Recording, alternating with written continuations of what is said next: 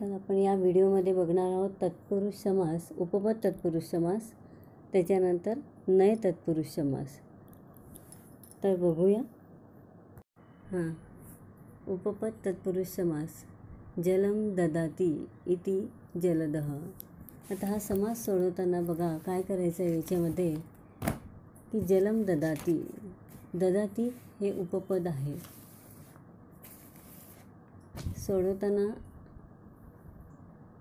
सोडवताना घ्यायचं या ठिकाणी जसं खाली दिलेलं आहे, शास्त्रम, शास्त्रम जानाति इति उपपद तत्पुरुष समास. पर्वतस्य, पर्वते तिष्ठति इति. हे क्रियापद जी असतात, उपपद ज्याला लागलेलं असते ती प्रत्येक ठिकाणी जी लागलेली आहेत ते उपपद तत्पुरुष समास आहे. पाद पहा, पादै पिबती इति. कुंभकार, कुंभम करोति इति कुंभकार उपपद तत्पुरुष समास. तर अवधेय म्हणजे लक्षात ठेवणे. लक्षात ठेवण्यासाठी इथे गोष्टी दिलेल्या आहेत. उपपद तत्पुरुष. उत्तरपदे धातो अंश दृश्यते.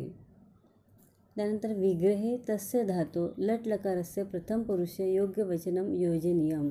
लट लकारस्य प्रथम पुरुषाचे वचन त्या ठिकाणी असेल तो उपपद तत्पुरुष समास होतो. जसं शास्त्रज्ञ, शास्त्रम जानाति इति.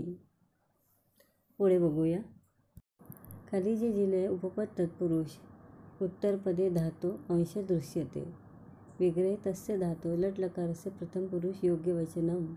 लट लकाराचे प्रथम पुरुषाचे योग्य वचन त्या ठिकाणी घ्यायचं आहे.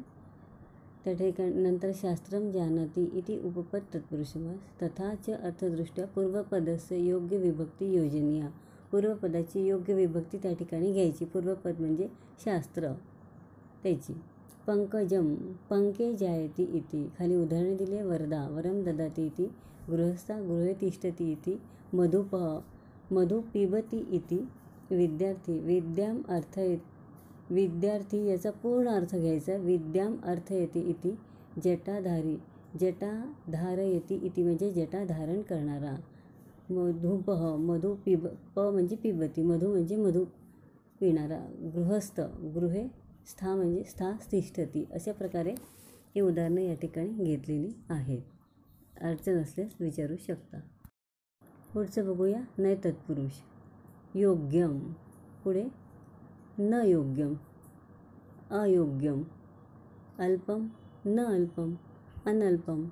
लक्षात ठेवण्यासाठी कसं लक्षात ठेवायचा हा समास नय तत्पुरुष. प्रथम पदम म्हणजे पहिले पद अ किंवा अन इति नकार दर्शयती. या अ किंवा अन्नी नकार दर्शवलेला असेल तर तो नय तत्पुरुष समास होतो. विग्रह करताना सुद्धा अ किंवा अन स्थाने न योजती इति प्रयोजनम. जसं खाली उदाहरण दिलं आहे. अनिच्छा, अ असल्यामुळे त्या ठिकाणी त्यांनी सांगितलं न योजायचा. न इच्छा. अशक्यम, अ असेल तर पुन्हा त्यांनी सांगितलं न घ्यायचं. न शक्यम. असत्यम, पुन्हा न सत्यम. अनावश्यक्यम, न आवश्यक्यम. अशा प्रकारे नय तत्पुरुष समास अतिशय सोपा आहे. तो तुम्ही सोडवून बघा. त्यानंतर उभय पदार्थ प्रधानम द्वंद्व तत्पुरुष. इतर द्वंद्व समास. आता इतर शब्द या ठिकाणी बघा खाली दिलेले आहेत. चंद्र सूर्य, चंद्र आणि सूर्य दोन शब्द आलेले आहेत. मग चंद्र च सूर्य च दोन शब्दांच्यामध्ये च हे अव्यय योजावे तेव्हा तो समास च ने जोडला जातो. मग खाली दुसरा दिला आहे. बालक बालिका, बालकः च बालिकाः च. वृक्षलता, वृक्षः च लता च. इतर अधिक इतर बरोबर भिन्न पदांनी एकत्र प्रयुज्यते अत्र. इतर आणि इतर शब्द ज्या ठिकाणी असेल त्या ठिकाणी. त्यानंतर लघु शब्द, न्यून स्वरयुक्त शब्द प्रथम भवेत. तो शब्द प्रथम विभक्तीत घ्यायचा. दुसरं दिलेलं आहे. समस्तम नित्यम द्विवचने बहुवचने. सगळे पदे द्विवचनात किंवा बहुवचनात. त्यानंतर समस्त पदस्य लिंगम उत्तर पदानुसार म्हणजे सगळ्या पदाचे लिंग हे उत्तर पदानुसार ठेवावे. विग्रहे पदीपदम प्रथमा विभक्ती योजितः. विग्रह करताना पहिल्या पदाची प्रथमा विभक्ती घ्यायची. विग्रहे प्रतिपदम च इति अव्ययम उपयोक्तम. आणि विग्रह करताना प्रत्येक शब्दानंतर च हे अव्यय योजावे. समस्तपदम बहुवचने चेत प्रतिपदम अर्थानुसार.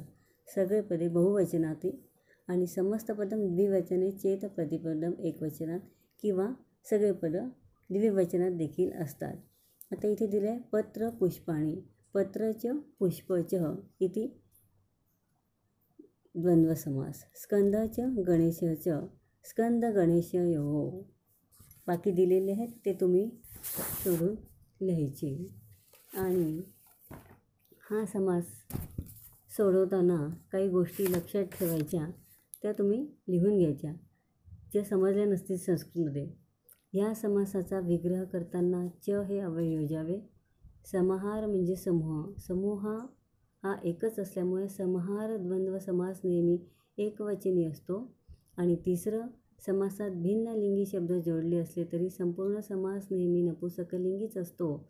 आणि चौथं, समासातील शब्दांची संख्या अर्थानुसार 2 असेल तर विग्रह करताना एतयोः समाहार आणि 2पेक्षा अधिक असेल तर एतेषां किंवा एतासां समाहार असे शब्द योजावे. जसे हस्तपदम हस्तौच पादौच एतेषां. गंधाक्षत पुष्पम गंधः च अक्षतः च पुष्पाणि एतेषां समाहार.